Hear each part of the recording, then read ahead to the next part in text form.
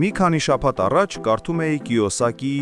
«Դրամական հոսքերի քառակուսի ֆինանսական ազատության ուղեցույց» գիրքը։ Այնտեղ մի փոքր պարբերություն կար, որը գրավեց իմ ուշադրությունը։ Այդ պարբերությունում հեղինակն ասում էր, որ հաջողակ բիզնեսի սեփականատերերն ավելացնում են իրենց ծախսերը, մինչդեռ հաջողակ աշխատակիցներն ավելացնում են իրենց եկամուտը։ Սկզբում սա ինձ համար անիմաստ էր թվում, որովհետև չէի կարողանում հասկանալ, թե ինչպես կարող է ծախսերի ավելացումը լավ լինել բիզնեսի սեփականատիրոջ համար, բայց եկամտի ավելացումը վատ աշխատակցի համար։ Առաջին րոպեներին ես կբացատրեմ պատճառը, բայց նախ թույլ տվեք ասել, որ եթե դուք կարդացել եք Կիոսակիի գրքերը, հավանաբար գիտեք, որ նրա գրքերի մեծ մասը կրկնում է նույն տեղեկությունը անընդհատ։ Ես կկիսվեմ ձեր հետ նոր կարևոր դասերով։ Դաս առաջին. Ինչու աշխատանքի չես ընդունվում։ Կիոսակին ասում է, որ միլիոնատեր դառնալու մի քանի փորձերից հետո նա վերջապես հասավ դրան, բայց շատ արագ կորցրեց ամեն ինչ եւ դարձավ անօթևան։ Նա ստիպված էր ապրել իր ընկերոջ տանը եւ հազիվ ուներ բավականաչափ գումար ապրուստի ծախսերի համար։ Այդ դժվարին ժամանակներում նա հաճախ էր լսում այս հարցը. Ինչու աշխատանքի չես ընդունվում։ Չնայած նա եւ իր կինը երկուսն էլ ունեին բավարար որակավորում, բազմաթիվ ընկերություններում լավ աշխատանք ստանալու համար, Կիոսակին ասում է, որ միշտ մերժել է, քանի որ երբեք չի ցանկացել լինել դրամական հոսքերի քառակուսու սխալ կողմում։ Ամենայն հավանականությամբ դուք արդեն գիտեք Կիոսակիի դրամական հոսքերի քառակուսին, բայց թույլ տվեք արագ ամփոփել այն։ Ըստ դրամական հոսքերի քառակուսու, մարդիկ բաժանվում են 4 կատեգորիայի, կախված նրանից, թե ինչպես են նրանք վաստակում իրենց գումարը։ Աշխատակիցներ, ինքնազբաղվածներ, բիզնեսի սեփականատերեր եւ ներդրողներ։ Հեղինակը կարծում է, որ դրամական հոսքերի քառակուսու ձախ կողմում գտնվելը վատ ընտրություն է, քանի որ այս կողմում դուք պետք է շատ աշխատեք եւ բարձր հարկեր վճարեք։ Բացի այդ, եթե ցանկանում եք հարստանալ, ապա ձախ կողմում դա անելը շատ դժվար է։ Ահա թե ինչու Կիոսակին երբեք չէր ցանկանում աշխատանքի ընդունվել, քանի որ դա ավտոմատ կերպով նրան կդներ ձախ կողմում։ Աջ կողմում բիզնեսի սեփականատերերը եւ ներդրողները վճարում են շատ ցածր հարկեր կամ ընդհանրապես չեն վճարում, քանի որ օրենքով նրանք կարող են նախ ծախսել, իսկ հետո հարկեր վճարել այն ամենից, ինչ մնացել է։ Սա լիովին հակառակն է աշխատակիցների դեպքում, ովքեր նախ վճարում են հարկերը եւ ապրում են նրանով, ինչ մնացել է։ Կիոսակին ասում է, որ հաջողակ բիզնեսի սեփականատերերն ավելացնում են իրենց ծախսերը, բայց հաջողակ աշխատակիցներն ավելացնում են իրենց եկամուտը։ Դե պատճառն այն է, որ եթե դուք ցանկանում եք ավելացնել ձեր եկամուտը որպես աշխատակից, դուք պետք է շատ աշխատեք։ Բացի այդ, ամենամեծ խնդիրն այն է, որ երբ ձեր եկամուտը բարձրանում է, հարկերը նույնպես բարձրանում են։ Դուք ձեր դժվարությամբ վաստակած գումարի մեծ մասը կիսում եք կառավարության հետ։ Մյուս կողմից, բիզնեսի սեփականատերերը կենտրոնանում են իրենց ծախսերի ավելացման վրա, քանի որ նրանք ստանում են երկու հսկայական առավելություն։ Նախ ավելացնելով իրենց ծախսերը, նրանք նվազեցնում են իրենց հարկվող եկամուտը եւ արդյունքում վճարում են շատ ցածր հարկեր։ Երկրորդ, եթե նայեք նրանց ֆինանսական հաշվետվություններին, կտեսնեք, որ նրանց մեծ ծախսերի մեծ մասն ուղղված է ակտիվներ գնելուն, որոնք նրանց լրացուցիչ եկամուտ են բերում։ Պարզ ասած, այնինչ դուրս է գալիս ծախսերի սյունակից, կարճ ժամանակ անց հայտնվում է ակտիվների սյունակում եւ լրացուցիչ եկամուտ է ստեղծում։ Արդյունքում նրանք շարունակում են ավելացնել իրենց ակտիվներն ու եկամուտները, վճարելով ցածր հարկեր։ Հեղինակն ասում է, որ եթե ցանկանում եք հասկանալ, թե ուր է շարժվում ընկերությունը կամ անհատը, բավական է նայել նրանց ծախսերի սյունակին։ Եթե ձեր ծախսերի մեծ մասը գնում է պարտավորություններ գնելու վրա, ինչպիսիք են հեռուստացույցը կամ հեռախոսը, ապա դուք հիմնականում ձեր զինվորներին ուղարկում եք պատերազմի, որտեղ գիտեք, որ նրանք կսպանվեն։ Մյուս կողմից, եթե ձեր ծախսերն ուղղված են ակտիվներ գնելուն, ապա դուք ձեր զինվորներին ուղարկում եք ձեր բանակի համար ավելի շատ զինվորներ գրավելու, որոնք իրենց հերթին նույնպես քրտնաժան կաշխատեն այլ զինվորներ գրավելու համար։ Եթե բավականաչափ կարգապահ լինեք, այս գործընթացը կարող է ձեր փոքր բանակը վերածել կայսրության։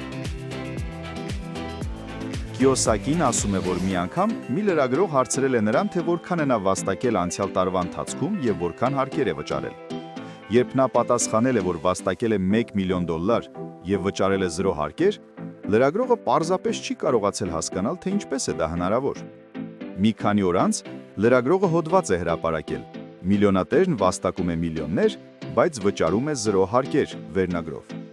Լրագրողը մտածել է, որ նա անօրինական բան է անում, բայց իրականում նա պարզապես հետևում էր օրենքին։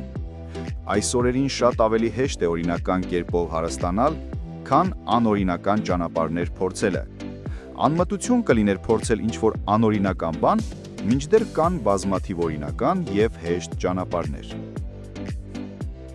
Ինչպես տեսնում եք, եթե ցանկանում եք փոխել քառակուսիները, դուք պետք է կրթվեք եւ առաջին հերթին խոսեք այդ լեզվով։ Հեղինակն ասում է, որ դուք կարող եք այս պահին գտնվել աշխատակցի քառակուսում, բայց կարող եք կրթվել մյուս քառակուսիների մասին եւ դանդաղ փորձարկել։ Սկզբում նորմալ է լինել մեկից ավելի քառակուսիներում։ Եթե ցանկանում եք տեղափոխվել ձախ կողմից աջ կողմ, դուք պետք է հասկանաք, որ յուրաքանչյուր քառակուսի նման է տարբեր երկրի, որտեղ մարդիկ խոսում են տարբեր լեզուներով։ Նախքան տեղափոխվելը, դուք պետք է կրթվեք եւ սովորեք այդ քառակուսու լեզուն։ Եթե խոսեք ձախ կողմում գտնվող աշխատակցի հետ, կտեսնեք, որ նրա հիմնական բառապաշարը բաղկացած է այնպիսի բառերից, ինչպիսիք են աշխատանքի անվտանգությունը, լավ արտոնությունները, բարձր եկամուտը, կենսաթոշակը, սննդի կտրոնները եւ այլն։ Սակայն եթե խոսեք ներդրողի հետ, արագ կհասկանաք, որ նրանք չեն օգտագործում այս բառերը։ Նրանք օգտագործում են այնպիսի բառեր, ինչպիսիք են կանխիկի դիմաց կանխիկի վերադարձ, կապիտալի շահույթ, գին շահույթ հարաբերակցություն, ուգը, այլ մարդկանց գումար եւ այլն։ Ինչպես տեսնում եք, եթե ցանկանում եք փոխել քառակուսիները, դուք պետք է կրթվեք եւ առաջին հերթին խոսեք այդ լեզվով։ Հեղինակն ասում է, որ դուք կարող եք այս պահին գտնվել աշխատակցի քառակուսում, բայց կարող եք կրթվել մյուս քառակուսիների մասին եւ դանդաղ փորձարկել։ Սկզբում նորմալ է լինել մեկից ավելի քառակուսիներում։ Այժմ ես մեկնաբանություն ունեմ քառակուսին փոխելու եւ բիզնեսի սեփականատեր կամ ներդրող դառնալու վերաբերյալ։ Շատ մարդիկ, ովքեր կարդում են Կիոսակիի գրքերը, հանկարծակի ոգևորվում են եւ ցանկանում են դառնալ ձեռնարկատեր եւ թողնել իրենց աշխատանքը։ Բայց թույլ տվեք ձեզ մի հարց տալ։ Պատկերացրեք, ես գալիս եմ ձեզ մոտ եւ ասում. կցանկանայի լինել օլիմպիական մարզիկ եւ ոսկե մեդալ նվաճել քո սիրելի մարզաձևում։ Դուք հավանաբար կասեիք. Այո, ես կցանկանայի ներկայացնել իմ երկիրը օլիմպիական խաղերում, լինել հայտնի, նվաճել ոսկե մեդալ եւ ունենալ հիանալի մարմին։ Դա հիանալի կլիներ։ Գրանցեք ինձ։ Եկեք ցույց տամ, թե ինչ է իրականում կատարվում։ Դուք իսկապես հասկանում եք, թե որքան քրտնաջան պետք է աշխատեք օլիմպիական մարզիկ դառնալու համար։ Գիտեք, որ պետք է օրական 5-ից 6 ժամ անցկացնեք մարզասրահում, երբեմն օրը 2 անգամ։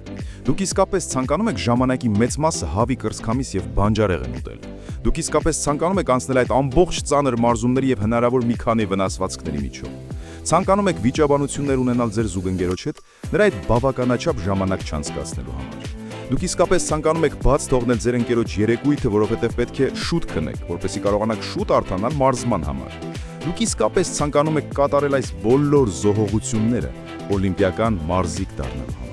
Այս պահին դուք հավանաբար ասում եք. ես դա չեմ ուզում։ Ես ձեզ հասկանում եմ, եթե դուք չեք ուզում։ Եվ վստահ եմ, որ ուրիշները նույնպես կհասկանային ձեզ, որովհետև մարզիկ դառնալու գինը ձեզ համար չափազանց բարձր է։ Օրինակը, որը ես հենց նոր բերեցի, վերաբերում է նաև բիզնեսի սեփականատեր դառնալուն եւ քառակուսիները փոխելուն։ Դուք նախ պետք է հասկանաք գինը եւ որոշեք, արդյոք դա իսկապես արժե։ Գուցե դուք սիրում եք ձեր աշխատանքը, բավականաչափ գումար եք վաստակում եւ երբեք չեք ցանկանում ունենալ բիզնեսի սեփականատեր դառնալու պատասխանատվությունն ու սթրեսը։ Եթե դա այդպես է, դա իմ գործը չէ, կամ որևէ մեկի գործը չէ ձեզ ասել, որ դուք պետք է դառնաք բիզնեսի սեփականատեր։ Դա միայն ձեր գործն է եւ միայն ձեր գործը։ Ես չեմ ասում, որ դուք չեք կարող դառնալ բիզնեսի սեփականատեր։ Կարող եք։ Եվ ես կարծում եմ, որ դա լավագույն բաներից մեկն է, որը կարող եք փորձել։ Բայց նախքան սկսելը, միշտ հիշեք գինը, քանի որ դա կօգնի ձեզ ճիշտ տրամադրել ձեր մտածելակերպը եւ խուսափել 5 կամ 6 անհաջողություններից հետո մայրիկի մոտ վազելուց։ Նաեւ հիշեք, որ դուք չունեք ձեռնարկատեր դառնալու մկանները։ Այլ կերպ ասած, դուք հավարտել եք դպրոցը առանց բիզնես ստեղծելու եւ վարելու վերաբերյալ կրթության։ Դուք հավանաբար դա չեք սովորել նաեւ ձեր ընտանիքում։ Ձեր ճանապարհորդության սկզբում դուք հավանաբար նման կլինեք մարզասրահին մի հար նորեկ տղայի, ով նույնիսկ չգիտի ինչպես օգտագործել ծանրաձողը։ Որպես մարզասրահի նորեկ տղա մի փորձեք ընդօրինակել մեծ մկանուտ տղային եւ սկսել 60 կիլոգրամով պարկած սեղմումներ անել։ Ձեզ պետք են պարզ հրումներ եւ ձգումներ։ Դաս երկրորդ։ Ինչու են մարդիկ այդքան շատ ուզում աշխատանքի ընդունվել։ Եթե հետ նայեք 150 կամ 200 տարի առաջ, կտեսնեք, որ մարդկանց մեծ մասը կամ ինքնազբաղված էին, կամ ձեռնարկատեր էին։ Ձեր պապի պապը հավանաբար ֆերմա է ունեցել եւ աշխատել է իր համար, ինչը նշանակում է, որ նա ինքնազբաղված է եղել։ Կամ գուցե նա խանութ է ունեցել մի քանի աշխատակիցներով, որտեղ նրանք կացիններ էին պատրաստում եւ վաճառում, ինչը նշանակում է, որ նա բիզնեսի սեփականատեր է եղել։ Եթե նախկինում ձեռներեցությունն ու ինքնազբաղվածությունն այդքան տարածված էին, ապա ինչ պատահեց, որ այժմ մենք այդքան կապված ենք աշխատանքի ընդունվելու ցանկությանը։ Կիոսակին ասում է, որ պատասխանը պարզ է։ Մարդկանց սոցիալապես պայմանավորել եւ ուղեղները լվացել են, որպեսզի նրանք ազատության փոխարեն ընտրեն աշխատանքի ընդունվելը։ Մարդկանց ուղեղներն այնքան վատ են լվացել, որ նրանք չեն ցանկանում 4 տարի աշխատել իրենց համար, բայց պատրաստ են 40 տարի աշխատել ուրիշի համար։ Ո՞վ է նրանց սովորեցրել այս բաները։ Ընդհանուր մեղավորներն են ուսուցիչները, դպրոցական համակարգը, բազմազան կորպորացիաները եւ լրատվամիջոցները։ Երբ դուք ավելի փոքր էիք, կար որևէ դասընթաց կամ նույնիսկ դաս ֆինանսական գրագիտության եւ բիզնես ստեղծելու մասին։ Իհարկե ոչ։ Փոխարենը ձեզ սովորեցրել են հետևել համակարգին, որն ամեն ինչից վեր է դասում լավ գնահատականները։ Այդ արդյունքին հավատարիմ եւ իրավասու աշխատողն է, ով չի կարող ինքնուրույն մտածել։ Այսօր շատ ուսանողների խրախուսում են վարկեր վերցնել եւ սովորել հեղինակավոր համալսարաններում։ Ուսանողական վարկերը հաջողությամբ մարելուց հետո նրանք հնարավորություն կունենան սկսել հանայել իրենց ֆինանսական ապագայի համար։ Բայց իրականությունն այն է, որ նրանց չեն սովորեցնում ինչպես խնայել, նրանց սովորեցնում են ինչպես ծախսել եւ պարտք վերցնել։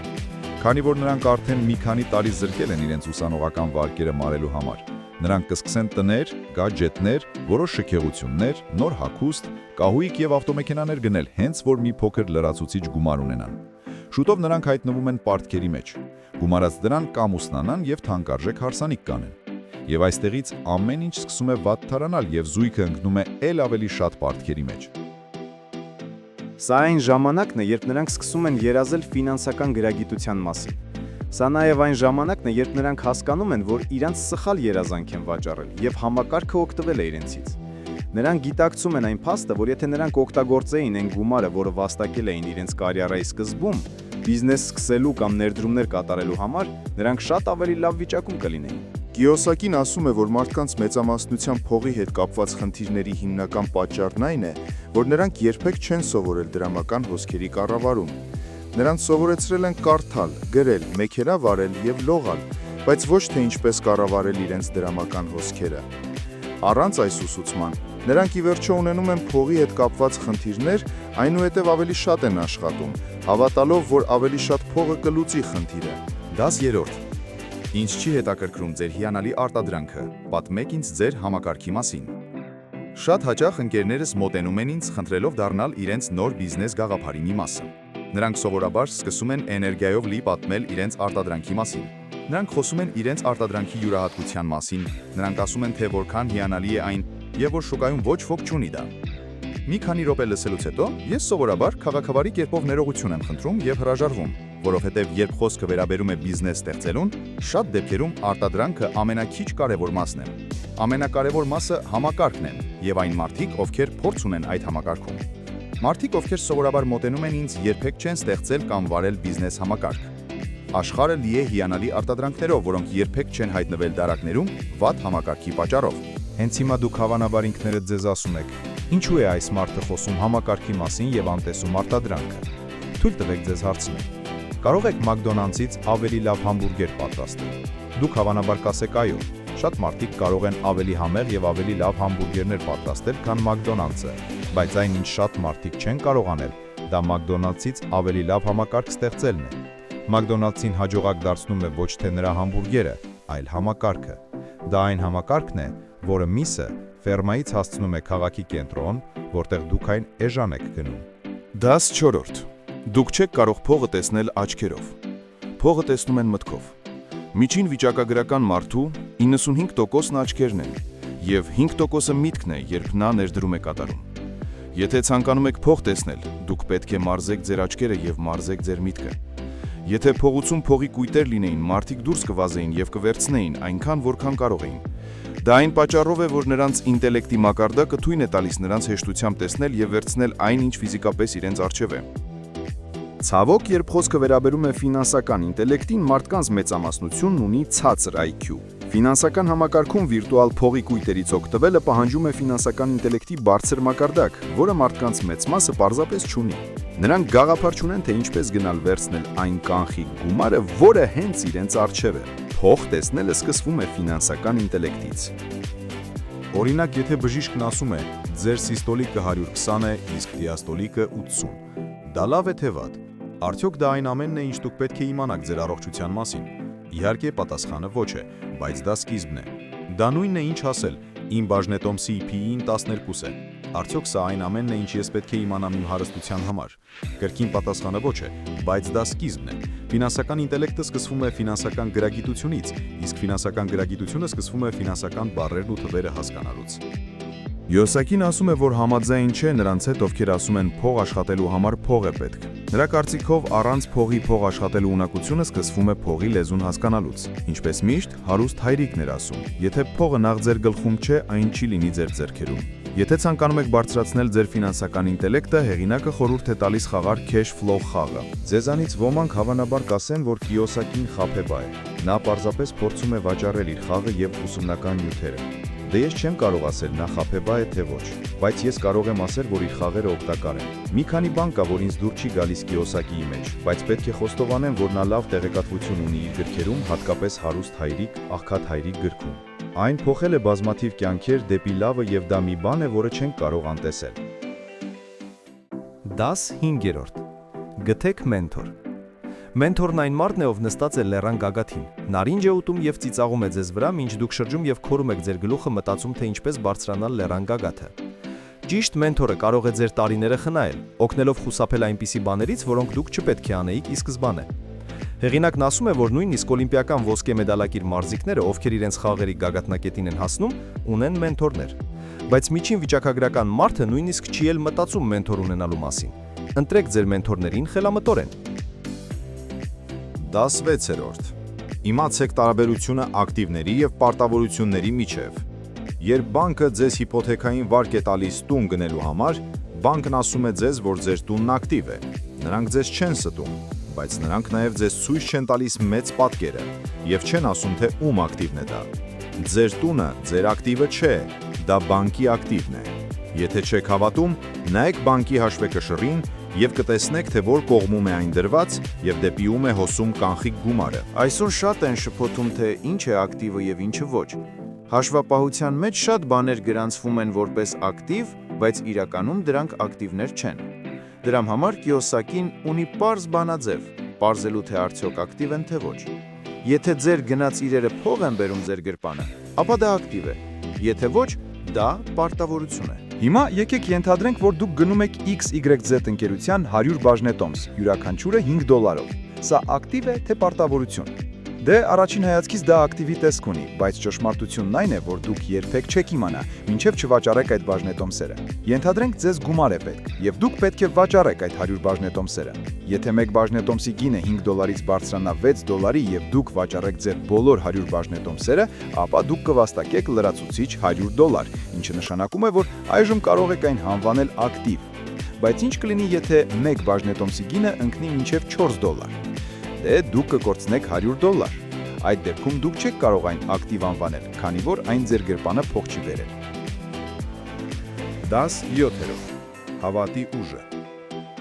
Եթե ես հիմա գամ եւ ասեմ, որ ձեր երազանքի մեքենան կամ ձեր երազանքի տունը ուղարկվել են ձեզ եւ սպասում են փոստային բաժանմունքում, եւ դուք կարող եք վերցնել, եթե քրտնաջան աշխատեք, դուք քրտնաջան կաշխատեիք։